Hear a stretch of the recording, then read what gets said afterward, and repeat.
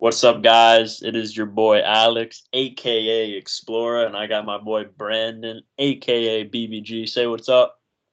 What's up? Yep, and we got UFC 235. We got our bets, or at least some of them. We got our predictions. We got our plays, our DraftKings plays. We feel pretty accurate on this one. We don't want to waste your time. Let's get right into it. BBG, start us off. So with the first fight tonight, we're starting off with Polyana Gina versus Hannah Cifers. And Polyana, she had an impressive first round submission over Maya Stevenson, who I believe is she's basically a BJJ practitioner. Her husband's Joe Stevenson, and he's also known for his BJJ. And she had an impressive first round submission over her. And then in her next fight in the UFC, I think she fought J.J. Aldridge. And she wasn't exactly able to get her to the ground or anything. And that's kind of her game plan. If she can't get you to the ground, it's kind of a bust for her. Striking isn't all there at all. And she's kind of admitted in interviews I've seen. And Hannah Cifers, she's coming off a loss to Macy Barber. And Macy just kind of pieced her up in that fight, and she kind of had nothing to offer for her.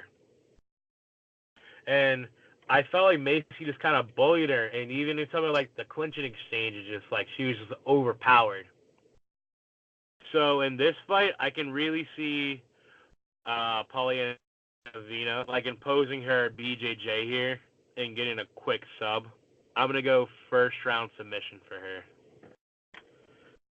Yeah, I agree. I don't know if this is a hot take or not, but Hannah Cifers, man, I don't know if there's something wrong with her or if she's just extremely awkward. But every time I see her on camera, she looks like she's about to throw up from being so anxious. I don't know what it is. Polyana Viana, she's a good athlete. She has good jiu-jitsu. In the long stretch of her career, I definitely question who she can beat. But Hannah Cifers is arguably one of the worst females in the UFC. She might not necessarily get submitted. She might not even get knocked out, but she just does nothing. She just seems to not be good, in my opinion. A lot of her regional wins were by TKO, and they were against complete cans. Her real first fight was against Macy Barber, who, by the way, she ducked back on the regional scene, and Macy Barber just made her look like an amateur, to be honest with you. I got Polyana Viana in this one. I'm gonna say submission, probably first round, could be second round. All right, next fight we got Gina Mazany and Macy Chiasson. Macy's a minus 500. And I want to say for good reason, but I also have no idea why at the same time. Hasn't fought anyone that great. She is going down a weight class, so the weight cut could be bad. She's going against a fighter with a lot of fights in the UFC. Thing is, though, that fighter, Gina Mazany, she's pretty trash herself. So normally, I wouldn't hop on a hype train or whatever. I don't like to do that. I've done it before and it's burned me, and I'm trying not to do it. But in this specific matchup, seeing as Gina Mazany isn't really a threat anywhere, maybe Gina's wrestling is somewhat okay and her grappling just in general is good, but that's Macy's strong suit, and I highly doubt she wants to do that. Macy also has a big size and reach advantage. I just feel like this fight is kind of tailored for her to win. She's going up against a grappler who's not as good as her. She's going up against someone smaller. Gina doesn't have good striking. Macy doesn't have the best striking, but she should be able to grind her out for 3 rounds, I would say. I'm going to go with Macy Chiasson by decision. What about you? I like that prediction. I think it's the prediction a lot of people are leaning. I wouldn't be surprised if I saw Chiasson pull off a submission, or even get a TKO or something. Because I noticed in her last fight, she's so long and big. She threw a lot of knees from the clinch, and that's where she landed a lot of her takedowns too, is in the clinch there. I just don't see any real threat that Gina like proposes to her besides like catching like a freak submission, you know what I mean? Like as they're like rolling or something and she just catches her, but I don't see that happening, you know? Yeah. So I'm gonna go Macy Chiasson, and I'm gonna go probably decision. Yeah, decision. All right, that's fair. All right, he starts off with the next one. Next one's Charles Byrd and Edmen Shahbazyan, right? It's Shahbazyan, I think. Shahbazyan. Yeah. Well, anyway, I don't know. Edmen's like a good striker. That's what I've noticed from him. And he's gotten a lot of knockouts, or TKOs at least. He's 8-0 right now. And I think he's coming off like a first-round knockout in the Contender Series. And he's finishing fights pretty quick from like what I can see here. But that makes you wonder of like these quick exchanges and everything. How's his wrestling? Which is what I want to wonder. Which is what I wonder here. And I think Charles Byrd can really try to wrestle with him here. And Charles Byrd can stand with him on the feet a bit, but I don't know how long he would want to stay there with him. Yeah, I agree. I think Byrd's going to be able to take him down because this is a pretty big step up in competition, at least like UFC-wise, you know. And I'm going to go Byrd by second round submission here. I am submitting him. Byrd by second round submission. That's pretty fair. Yeah, so my take on this is Edmen. They actually fought the same guy. They both fought Darren the Dentist Stewart. The Dentist. Yeah, Darren knocked out Charles Byrd, and Darren lost by decision to Edmen, but they had completely like different approaches. I feel like Edmen got 8 takedowns in that fight. That's like very like. Darren Stewart, he might not be the best fighter ever, but you can't just walk up to him and take him down 8 times, you know? He's not bad. And Charles Byrd couldn't do it, but Edmen could. But styles make matchups, and I highly doubt Edmen wants to take Byrd to the mat because Byrd is a very good submission grappler. On the feet, if we're looking at numbers, I would probably lean Edmen, but you have to wonder about who he fought to get those knockouts and stuff like that. And his fights are like, they're so short. Like, what happens if they're long? And the only time we've seen him have a long fight was when he fought Darren Stewart. And he got 8 takedowns, yeah, but he was like about to pass out. He was so gassed out from that fight. And I want to assume Byrd has not only better takedown defense, but probably better cardio and better submission grappling. So unless Edmen knocks him out, I see Byrd putting the pressure on him and either getting a finish or getting the decision win. That's honestly how I see it. Yeah, I agree. Next fight, Diego Sanchez and Mickey Gall. Oh, man. This is going to be fun to watch. I like this fight. I love it. Yeah, it's going to be fun to watch.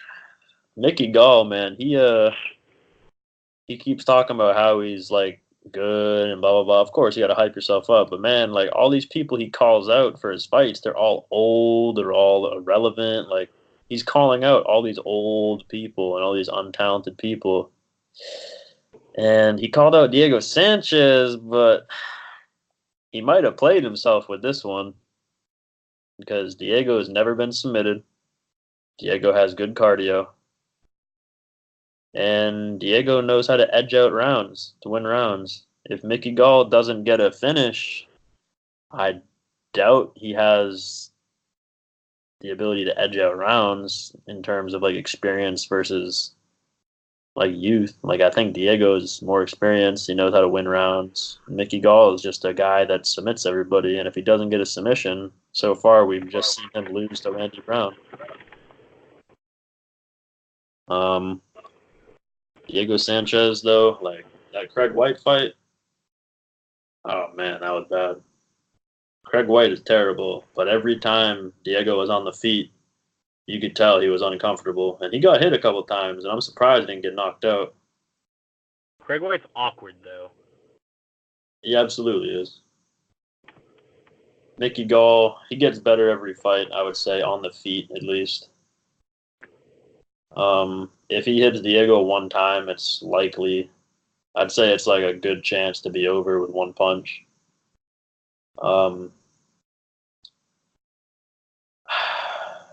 Diego's only path to victory, honestly, is just like taking him down, like a lot, and just like getting like control time on him.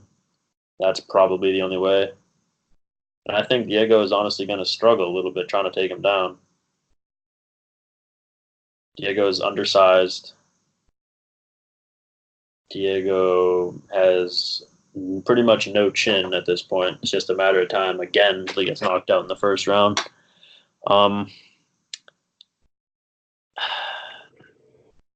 It's hard to pick because Mickey Gall is so inexperienced. And like you can say, yeah, he has 5 fights or 6 fights or whatever, but like all those, like most of those fights ended quickly and they were against terrible competition. The only two people, the only two fights I really consider that he's had, he lost to Randy Brown, and then Sage Northcutt, he was losing till he dropped him with that lucky ass like weird clinch punch. And then George Sullivan, that guy's not good. CM Punk, not good. Mike Jackson, not good. So, I mean, I'm going to go Mickey Gall just because I do think he's going to either submit or knock out Diego. I think Diego is just too deteriorated at this point. I think one straight right could probably do it. All he needs is one. And if Diego starts shooting, I know he's never it, but Mickey Gall is no joke on the mat, at least. I'm going to go Mickey Gall. And gonna go by I'm gonna go Mickey Gall by submission. I actually think he's gonna be the first guy to submit Diego. Okay. What about you? So, some things I took from like Mickey Gall especially, and the thing you said about Diego Sanchez and it's true. But what I noticed about Mickey Gall, especially in this fight against Randy Brown, is while watching film, he's really good offensively when he's on top of people, BJJ-wise, but off his back, he seems to be terrible. Yeah. He really does. Randy Brown was really controlling him down there, and that's how he really won that fight. And Randy Brown's like not the best wrestler, you know? Nope, definitely not. He's not known for his BJJ really either like that. And he was just really tooling with, like, Mickey Gall. And Mickey Gall couldn't get a submission off his back. And we all know how Diego Sanchez is with his cardio, his heart, and his wrestling, man. That's what's really going to win him this fight. And I can see Diego Sanchez getting clipped in this fight, definitely. But I don't think Mickey Gall, even with Diego Sanchez's chin right now, has, like, the one-hitter-quitter type of power. That's if fair. you remember in the fight against Craig White, Diego Sanchez got hit with an up kick. And an up kick, obviously, dazed him and everything, but I think that an up kick is more powerful than like a Mickey Gall punch. You know what I mean? Yep. I see Diego taking Mickey Gall down. Mickey Gall's going to get up a couple times, I think, and he'll keep it on the feet. But I can see Diego Sanchez just controlling him, having enough control time. I'm going to go Diego by split decision here. Damn. Okay. All right. Now we got Alejandro Perez and Cody Staman. You got to start us off. Yeah, Alejandro Perez is he seemed to be really good, and then he kind of suffered a submission loss that came out of nowhere. No one really saw that coming, you know. Mm-hmm. And Cody Staman, he's coming off a loss to Aljo by that filthy like knee bar type of thing, like in the banana split position there. Is this is a short notice fight? Is someone filling in here? I feel like this is the original opponent. I off the top of my head, I don't know. I actually Yeah. don't know. But in this fight, Staman, we know, is a strong wrestler. He was exchanging with Aljo in some of the wrestling exchanges and getting the better of him. Yeah, he's a very good wrestler. And the way I can see Perez really winning this fight is on his feet. I don't think he has the chops on the ground, and I think Staman has a good enough defensive BJJ and BJJ himself in wrestling to keep Perez there. So if Perez wants to win, it's gonna have to be on the feet. But I see Cody Staman probably wrestling him for 3 rounds and winning a unanimous decision here. Okay. So you got Cody? Yep, Cody Staman decision. All right. So I see a lot of people on Cody. Even one of my friends, Brett Appley, is on Cody a lot this week. Cody, I honestly think he's really overrated. I mean, if you look at his fights in the UFC so far, let's see here. He beat Terrion Ware. That's like kind of expected. Terrion Ware is not good. He beat Tom Duquesnoy. He's not good either. And then he beat Brian Caraway by split decision. And that fight, at the end of the second round, I believe, he was caught in a guillotine. And he was like about to bring his hand up to tap, and then the bell rang, and then he like shook his head, and then he like shook his head at him. And Caraway is only a purple belt. Alejandro Perez is a black belt. And the way I think about it is like, I feel like Perez is like one of the best decision fighters in the UFC. Like he just doesn't lose decisions ever. He knows how to squeak out rounds. Cody Staman might just be a little too inexperienced for him. Because like, in my personal opinion, besides those two like easy clear cut wins, Cody Staman should be 0-2 against submission grapplers. And Alejandro Perez, he might not be a pure submission grappler, but he's a black belt. He has good defensive wrestling. He limits damage given to him.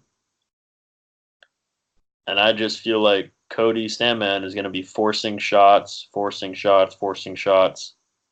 And if he's not getting them with consistency, that like just shooting and holding against the cage, that doesn't work all the time in the judges' scorecards. I honestly think Alejandro Perez is going to catch him with something. I just got a weird feeling, or he's going to win. I just think he's going to win in some way. I don't think Cody's ready for this level. Alejandro Perez, I mean, man, he might not be the most dangerous guy in the world, but I think he's better than Cody Staman on the mat. And I think he'll get reversed. I think he'll get swept. He might even get submitted. And if Cody Staman doesn't try to take him to the mat, I don't see how he wins the fight, to be honest. I'm going to go Perez by decision, maybe even a split decision. I think Cody Staman is very one-dimensional. He's just wrestle, top control, and that's it. But he's not really that good at it, in my opinion. The 2 times he's faced submission grapplers, one time he got world starred, and then the other time he almost got submitted by a guillotine from Brian Caraway, who barely even fights anymore. He could be in the same position against Alejandro Perez. I'm going to go Perez by decision. Okay. Now we got Johnny Walker versus Misha Cirkunov. Oh, Walker blue. I do not like Johnny Walker at all. And he keeps burning me. He keeps beating him. Khalil I didn't really know who was going to win between him and Khalil Roundtree. I didn't really know. And then Johnny Walker, the first time they clinch, he hits him with an elbow, and that's it. Okay, fair enough. He's long, tall. He hits hard. Pretty much every light heavyweight. And he goes against Justin Ledet, a guy that's not that great. And Johnny Walker hits him with a spinning forearm. Not even a fist. They hit him with a spinning forearm. He knocked him out in 18 seconds. Okay, so he has power. That's all I can really take away from him so far. And what I'm seeing is no one's tried to grapple him yet. And his opponent, what do you know? He's a grappler. He just took down Patrick Cummins with ease and submitted him with ease. That's very hard to do. Patrick Cummins not a good fighter, but he's a great grappler in terms of wrestling. And Misha took him down with ease and hit him with an arm triangle. Misha's a black belt on the mat. Walker's a purple belt.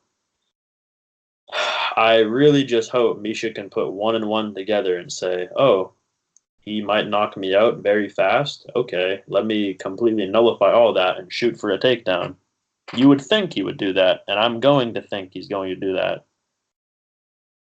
Johnny Walker, I've seen him get exposed on the mat. I've also seen him look not that bad on the mat. But Misha Cirkunov, those were against regional guys. Misha Cirkunov, if he gets on top of you, pretty much anyone in the division is liable to get messed up. Misha Cirkunov, he got knocked out by Volkan with like some weird behind the ear, like running backwards punch. I don't even know what that was. And then Glover Teixeira knocked him out, but that was on the mat with like grappling exchanges. I don't think Walker can do all that. I have a weird feeling Walker's going to win just because Walker likes to screw me over. But I'm gonna pick Misha Cirkunov, and I think I'm gonna pick submission. And if he does get a submission, I think it's gonna be really brutal. I think it's gonna be like him, like almost knocked out, and then he gets the submission. I think it's gonna be a scrap for as long as it lasts. Probably not gonna go the distance. Like I can almost guarantee you it won't. So yeah, I'm gonna go Misha. How about you? So, in this fight, dude, everything's telling me to pick Misha Cirkunov. Yep. Like, it's just pointing that way, but something tells me Johnny Walker's winning this fight. Yep. And I think Misha Cirkunov's chin's weathered. And if he does, Johnny Walker does connect one good time, and he has 3 rounds to do it, I think he wins. And we've seen him have that power just to put people's lights out. We saw Khalil Roundtree exchange with Gohan Saki and hit him with a 1-2 and put his lights out. And I had Khalil Roundtree winning against Johnny Walker, too. And just that elbow he hit him with, which is from the clinch, was so weird. Misha Cirkunov, if he gets us to the ground, should be able to easily submit Johnny Walker. But I don't think it's going to the ground. I'm going to go Johnny Walker, first round KO. Oh, man. That scares me. It scares me, too. And, like, it's like, especially after, like, me being so high on, like, Cain Velasquez and his ability to get it to the ground. Yep.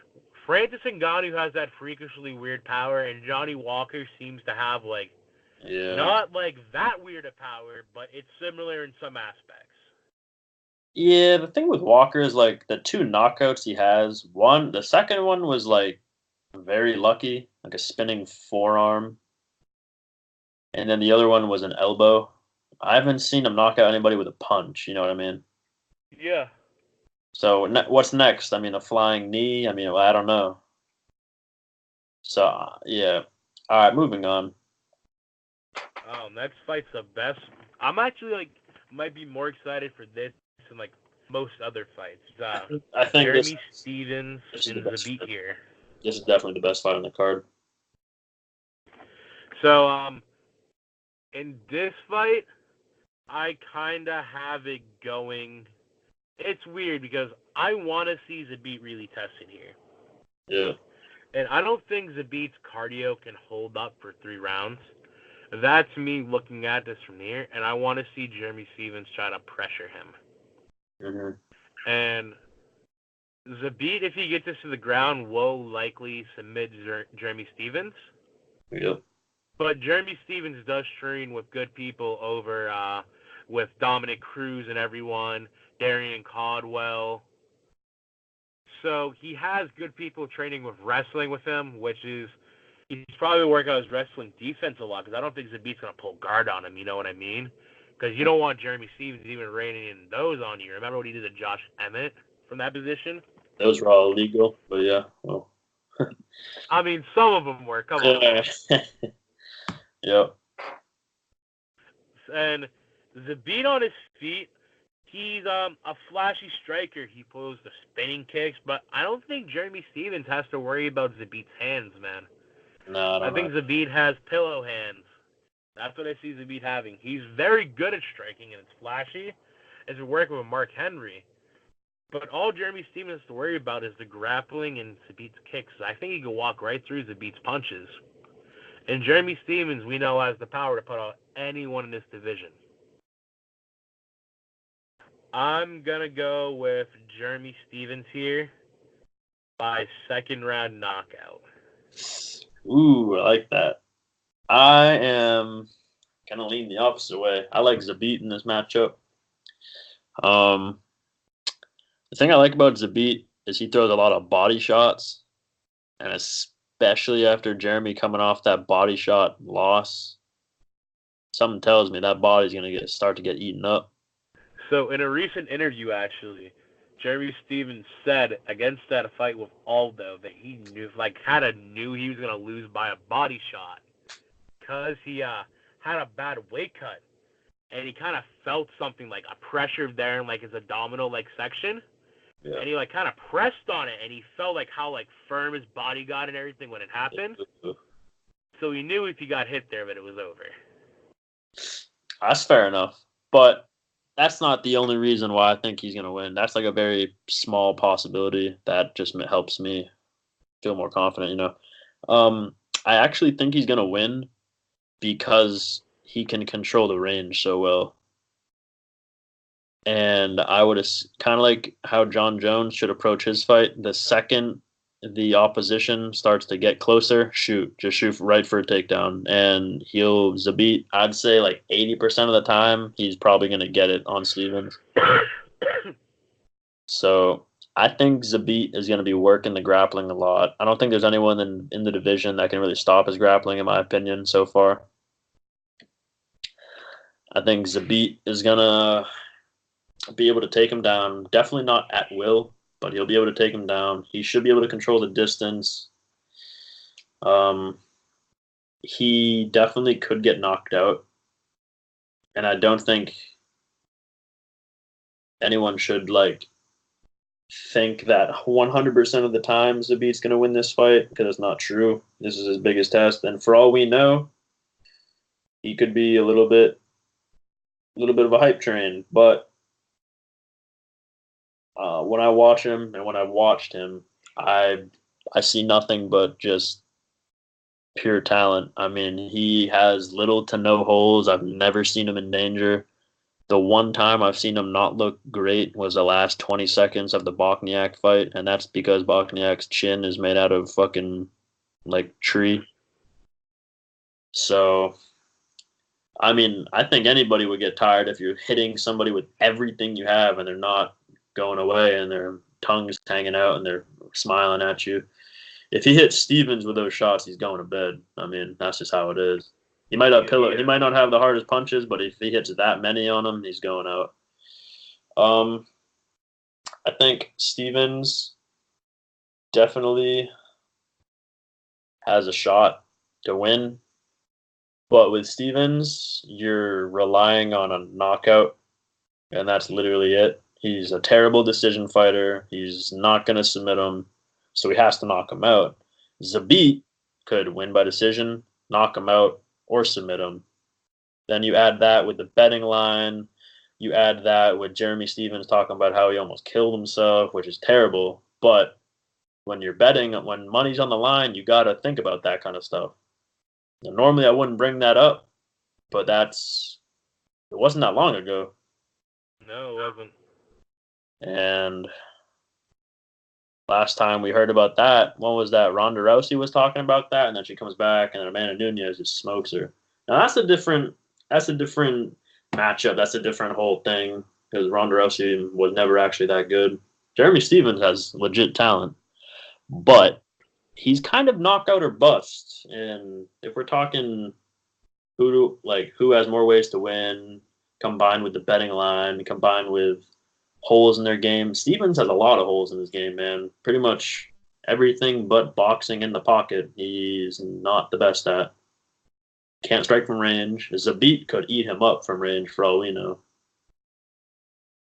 I'm going to go Zabit. And I think a second round.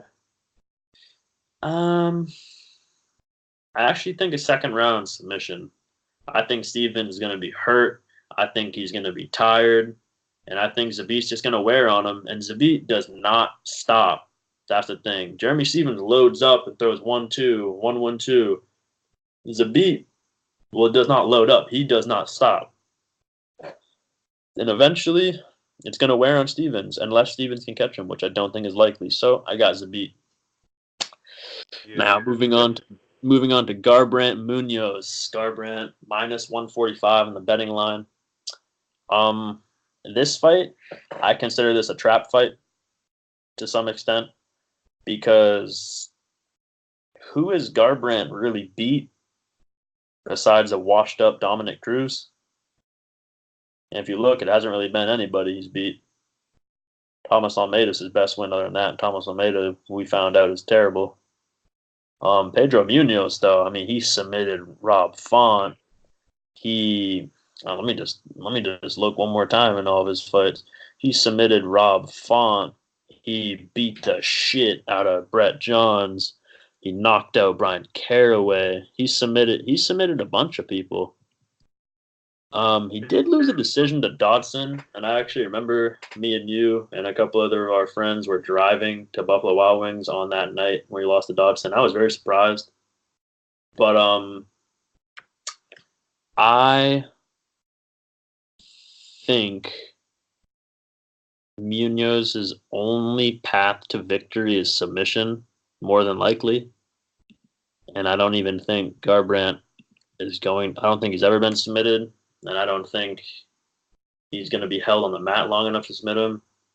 So with that theory, Munhoz has to hurt him and get him down to the ground, or hurt him and make him shoot, which I just don't think Munhoz has the boxing to really compete with Garbrandt anywhere. I don't think he has a striking. He has really good leg kicks. Munhoz has really good leg kicks. But Garbrandt checks all of his leg kicks. Garbrandt has good movement. Garbrandt has more power in his hands. Garbrandt's faster. Garbrandt is better at edging out decisions. I mean, look at the Dominic Cruz fight. Yeah, Dominic Cruz washed up, but I mean, Dominic Cruz is like a mastermind when it comes to fighting, and he outsmarted him for 5 rounds in a row. And the thing is, I said, like, yeah, he hasn't beaten that many people, but he's only lost to one guy. He has 2 losses, but it's to the same guy. And the first time he fought him, talking about TJ Dillashaw, obviously, if there was 3 more seconds left in the first round, that fight's over. And then the second fight, he got baited into a firefight and he got caught. When Cody loads up with his right hand, he drops his left hand for a split second. And I just don't think Munhoz is going to be able to capitalize on that like TJ did.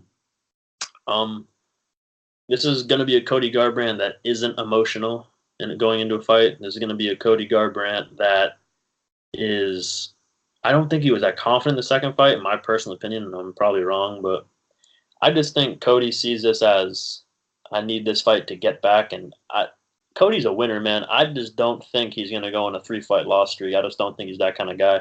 I'm going to go Cody Garbrandt, and I actually think he's going to knock his lights out.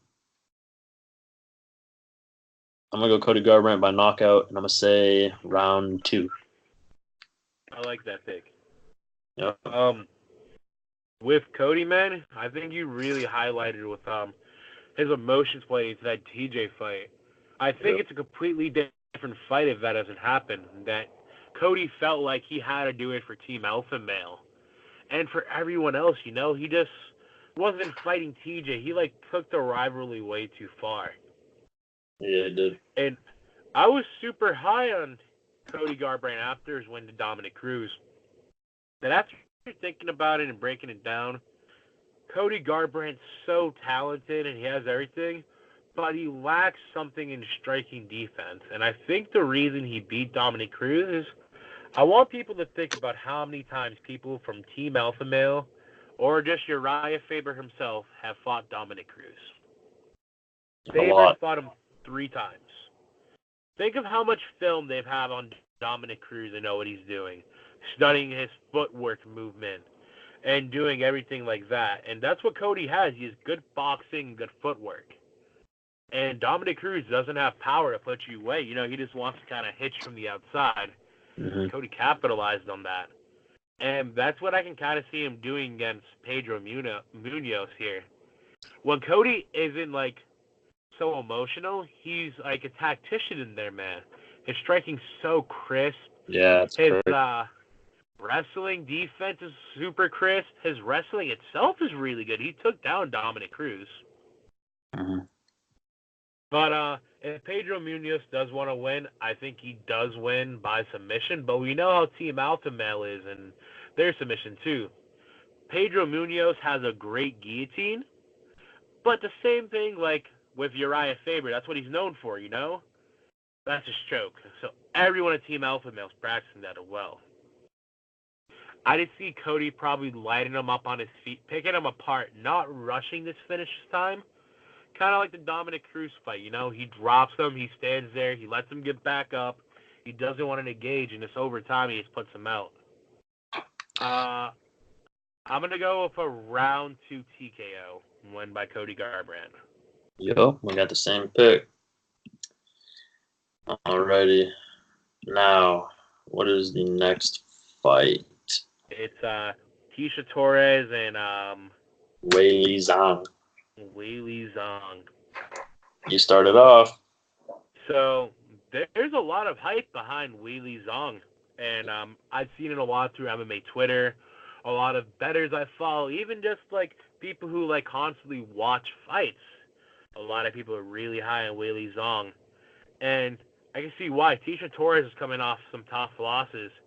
She lost to I think it was Carolina and Joanna. She lost to. Both by decision. And Zhang, she's kind of good everywhere, man. She has good striking. Her ground game isn't bad. But the problem is she hasn't faced any real competition. This is a super high jumping competition for Zhang. And Tecia Torres has a good striking background. I think in Taekwondo and kickboxing. And she's always working to keep the fight on her feet. And I think she used to fight more fluid, a little bit more wild, but she's kind of calmed down over time. And I think these losses could be getting into her head. She wins a lot of decisions too, and that's how a lot of these women's fight go. This fight is a toss-up for me, but I'm going to say that Torres wins by split decision and that it's a bit too big of a step up right now for Weili Zhang. Yeah, man. I basically feel the same way. I mean, Weili Zhang, she's 2-0 in the UFC against 2 trash cans, and one of them, Daniel Taylor, almost dropped her. So why people think Tecia Torres is going to let up a bunch of takedowns and maybe get knocked out is beyond me. Tecia Torres is she's just better everywhere. I mean, Weili Zhang, maybe she's more aggressive and people like to see that. Maybe that's what it is. But Tecia Torres, man, she's a little scrapper. And of course Weili Zhang is, of course she's good, blah blah blah blah blah. The thing is, we can't just hop on every hype train, not all of them are gonna be legit. Weili Zhang beat 2 terrible fighters. And I just don't see how she's going to come in and beat Tecia Torres so easily like everyone thinks. Tecia Torres, she lost to Andrade, and she got 2 takedowns against her, and then she lost to Joanna, and that's Joanna. Joanna beats everybody but Namajunas, pretty much. And before that, she beat Waterson by decision. Waterson's a good wrestler, and she took her down. Tecia took her down. Then she beat Lima. She submitted Lima. She beat Rawlings with a takedown, 81 significant strikes. And then she lost to Namajunas by decision, not even by a finish. In the 3 before that, she beat Jones, Leibarger, Hill, and Magana, all 3 veterans. And that Joanna fight, she lost all 3 rounds decisively. Joanna didn't hurt her. Joanna didn't really do anything. She just outstruck her. Weili Zhang, she's going for takedowns. She's going for everything. And Tecia Torres, I think she's good enough to defend takedowns. She should be against Weili. That Waterson fight impressed me a lot with Tecia Torres. She landed 95 significant strikes on Michelle Waterson, and she got a takedown. Yeah. That's pretty solid. And then she lost on Andrade, but she landed 69 significant strikes, and she got 2 takedowns. So unless Weili Zhang is on the level of Andrade or Jan Jacek, which I don't think she is, I don't see how you can confidently pick her. And I'm going to go with the experience on this one. I'm going to pick Tecia Torres by decision. Now the next fight, Ben Askren and Robbie Lawler. So Ben Askren, 18-0, coming to the UFC for the first time. He's a black belt in jiu-jitsu, one of the best college wrestlers of all time. Main training partner, Tyron Woodley, for this fight. I believe this might look a little bit like the Kron Gracie fight. Because you got, like, in terms of grappling versus strikers, a lot of people think, oh, Ben Askren has no stand-up. He's just going to get one-shotted by Robbie, or Robbie's going to stuff a takedown or 2 and just knock him out.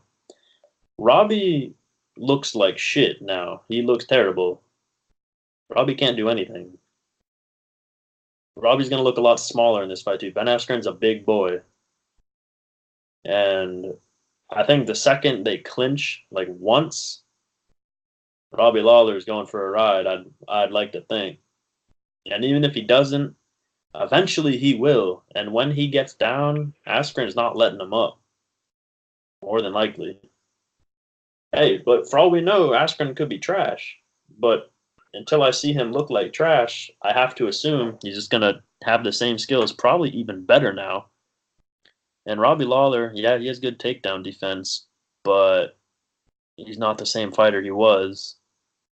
And the second he gets taken down, I think Askren's going to school him on the mat. And I just think Ben Askren is going to win 2 rounds out of the 3. That's really all I think. And if that's not going to happen, either Askren's going to submit him or Robbie Lawler's going to knock his lights out. And I'm going to say it's more likely that Askren gets a win by a submission or a decision. I'm going to go Ben Askren. I have a weird feeling he's going to get like an arm triangle or something. I could be wrong. I'm not supremely confident in this pick just because we haven't seen him against anybody like in the UFC. Yeah, he has some good wins against other people, but they're not UFC level fighters. Except for like Douglas Lima, I believe. Or Diego, whichever one he beat. I'm going to go Ben Askren. And I should say decision, but I'm going to go by second round submission. Specifically the arm triangle. And if I am right, I mean, Askren by submission plus 675. If you're playing with a lot of units, I'd put at least 1 on that. Because that's like a not too unlikely possibility. That's very possible. Yeah. Your turn. So, in this fight, like, I'm so excited for this. Yep. I'm a huge Ben Askren fan. I've been wrestling since I was little and grew up watching Ben Askren just tearing it up. And Robbie Lawler kind of concerns me in this fight with this matchup with Ben Askren, but there's some good things coming up from here. Robbie Lawler's coming off of knee surgery, ACL tear, I believe, after fighting RDA. And that could very well be like the end of Robbie Lawler. It's a tough injury to come back from, you know? Mm-hmm. And a lot of people are saying like how ruthless Robbie is and how much of an animal he is, but I haven't seen it in his last couple fights, man. Yeah. So let's think of his last 3, okay? Against Tyron Woodley, where he put out no offense, basically. Tyron to smash in the first round. Cowboy Cerrone, he came on fast in the first round, but he couldn't put Cowboy away, who's known to be chinny as well. I think Cowboy actually won that fight against Robbie. I'm watching it, too. And then there's the fight against RDA, where he got outstruck and taken down by RDA. Now, there's a thing, guys. There's a difference between collegiate wrestling, high school wrestling, but the big difference is Olympic-level wrestlers, okay? It's different. The Daniel Cormiers of the world, the Henry Cejudos of the world, the Dan Hendersons of the world. Those people, they don't miss many takedowns. And let me tell you, if RDA, Donald Cerrone, and Matt Brown all landed takedowns on Robbie Lawler, I have Ben Askren landing takedowns on him. Even if he stuffs one, he chains them together. It's so weird. He just like sticks to you. So you could be fighting off a double, he'll switch over to a single, and so you're sprawling. He'll roll through and try to take your back there. He's just so funky and weird. And it's something that Robbie Lawler hasn't faced. He's done good against wrestlers who like straight up wrestlers like your Johnny Hendricks, who shoot power doubles, and that's what he's known for. And that's something easier to defend and train for, but you cannot train for the type of wrestling that Ben Askren brings. I really don't think you can. So I'm going to go Ben Askren here by decision. Yeah, I think we're on the same page there. I don't think, like, you can train to learn how to not get punched in the face, because that's all Robbie really does is just throw punches. Can't really train how to defend 20 takedowns, you know? Yeah. So now we got T. Wood versus Kamaru Usman for the welterweight title. T. Wood defending it. Start us off. Absolutely. So, T. Wood's one of my favorite fighters ever. I really like fighters with extensive wrestling backgrounds, and T. Wood has a laser of a right hand, man. You hit through that right hand, it's out. And I'm going to be honest here, guys. I see one path of victory for Kamaru Usman, and it's Tyron Woodley getting tired. That's the only path to victory. I think Woodley trains with Askren all the time.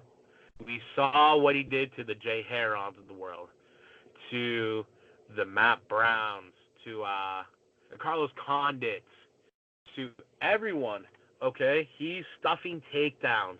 He's lighting people up on their feet. It's a slow, like, twitch, though, you know? He doesn't fight fast-paced fights. And he's able to catch people sleeping as they're backing him up. And he just comes forward with that right hand. And I don't think Kamaru Usman can fight an actual fight with not pressuring forward.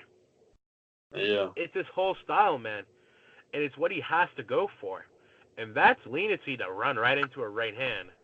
Kamaru's only chance in this fight is to test Woodley's cardio. And I think in the later rounds, if it gets to there, Woodley might lose like a round or two, like maybe the 4th or the 5th round. But early in the fight, if this goes to the decision, T Wood's lighting him up. I see Kamaru getting dropped a couple times. I see Woodley taking Kamaru down after defending a takedown maybe too. Some chain wrestling there. Mm-hmm. Now don't get me wrong, Kamaru's a very formidable opponent. I don't see what he offers on the feet though for Woodley. I don't think he's that dynamic of a striker. And he's very basic, your 1-2s, your overhands. And he just doesn't offer anything like Stevie Wonderboy Thompson or like a Darren Till would with like kickboxing or Muay Thai and fast striking. Kamaru really likes to wrestle. And if he does get Woodley down, what does he do from there? Is he trying to submit Tyron Woodley? You're not submitting Tyron Woodley, especially Kamaru Usman. He's going to go for ground and pound. I think if you take Woodley down, he's going to get back up. Yeah. So I just don't see like a clear path for victory for Kamaru Usman unless he tires out Woodley. I'm going to go Woodley here. I'm going to go by a second round knockout. but I would not be surprised if I saw Woodley also get a submission. Yeah, that's actually the exact same pick I have, second round knockout. So the way I see this fight playing out, and I want everyone to remember this, is right when the bell rings, Kamaru is going to run right to Woodley. I guarantee you he will. He's going to get right in his face, and they're going to have a scrap for a second, and then T Wood's going to slowly back up, as he always does, using the cage as a third leg just in case if Kamaru shoots. And I think Kamaru is going to shoot right away. I think he's going to get right in his face. I think the majority of the first round is going to be against the cage, I feel like.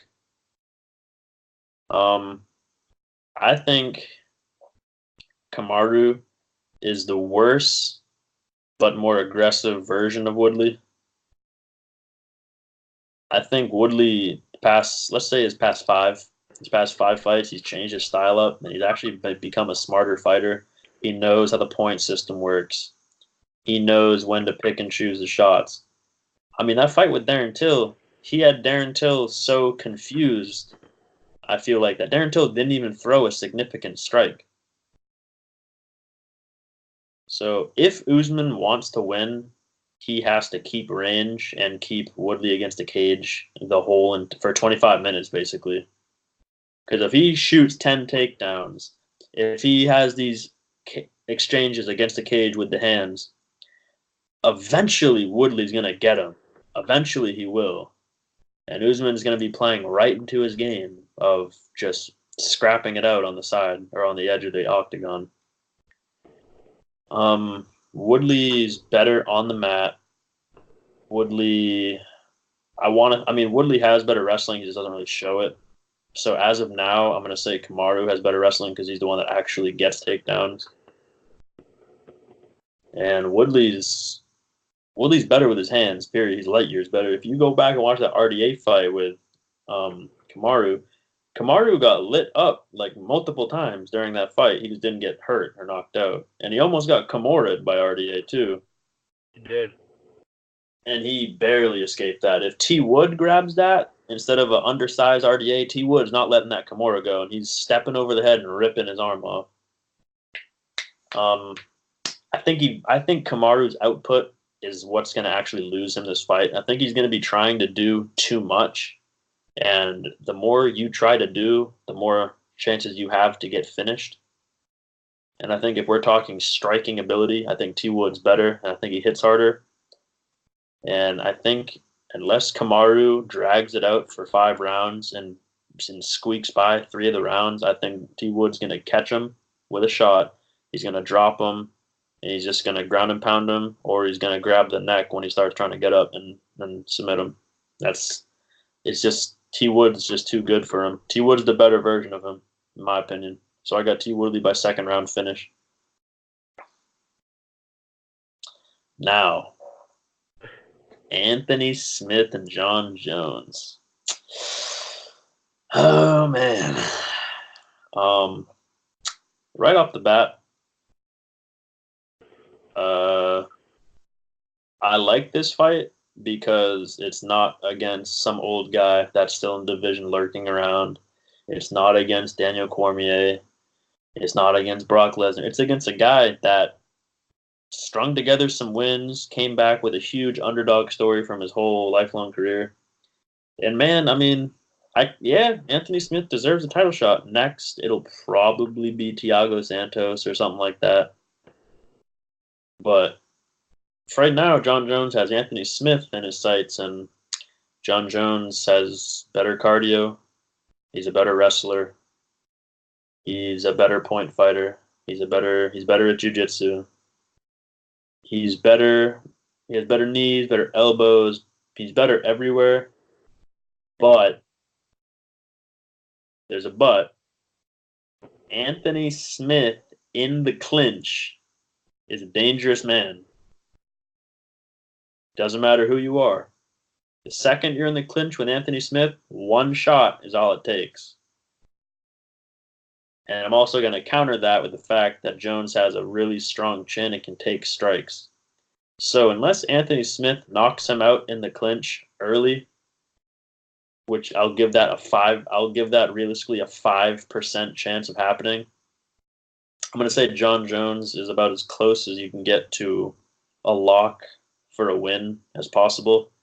And the worst part about it is I actually think it's up to him whether he wants to stretch it out or just get it over with. And if I had to pick one, I would say he just gets it over with, because I think his last fight he realized how much of an advantage he has on the ground. And I know he said he wants to fight 4 to 5 times this year. I think he actually said 4.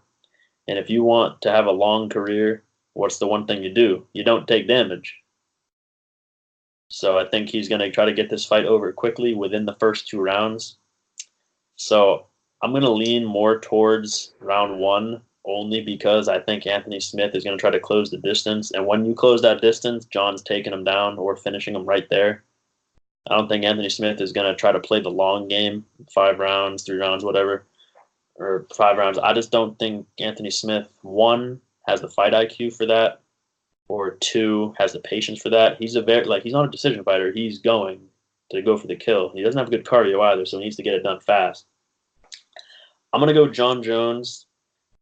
I don't know about round 2. I don't know about round 1. I'm kind of in the middle. I'm going to go round 1. We'll go round 1 TKO because I think submission is less likely to happen because Anthony Smith doesn't have that bad of jiu-jitsu, and Jon Jones isn't going to sit there and force submissions like an idiot. He knows that if you just lay on the punches, the ref will stop it. So I'm going to go Jon Jones, TKO, round 1. And with all those specifics that I just put in round 1, TKO, early in the first round maybe, I'm going to say there's honestly, I'm going to give him a 75% chance of doing it, which is very fucking high. So I'm going to go Jon Jones. Yeah, I agree with a lot of that. I think at this point we're just waiting for Jon Jones to lose, and it might be against someone we don't expect. Yeah. I don't know if Anthony Smith's that guy, though. I mean, man, I can't wait for the day. I hope it's Daniel Cormier one day to do it, but only time will tell with that. But I just don't see Jon Jones losing to Anthony Smith. I see him keeping him at bay with his long reach, those oblique kicks, those front kicks he uses. All those kicks, man, are such a good weapon. And he's starting to get go of his grappling where he doesn't go out and grapple first. He'll beat up at your legs, make your legs weak. Think he just wants to kick you to death. And then he's shooting it on takedowns. And then it's hard to get up from your feet if you're sitting here and your legs are all broken up and sore and everything. And I was watching UFC embedded and everything and going back and watching the countdown. And Anthony Smith was going over BJJ with his coach. And they were doing some good things. I saw in there and going over what Gus did wrong and everything.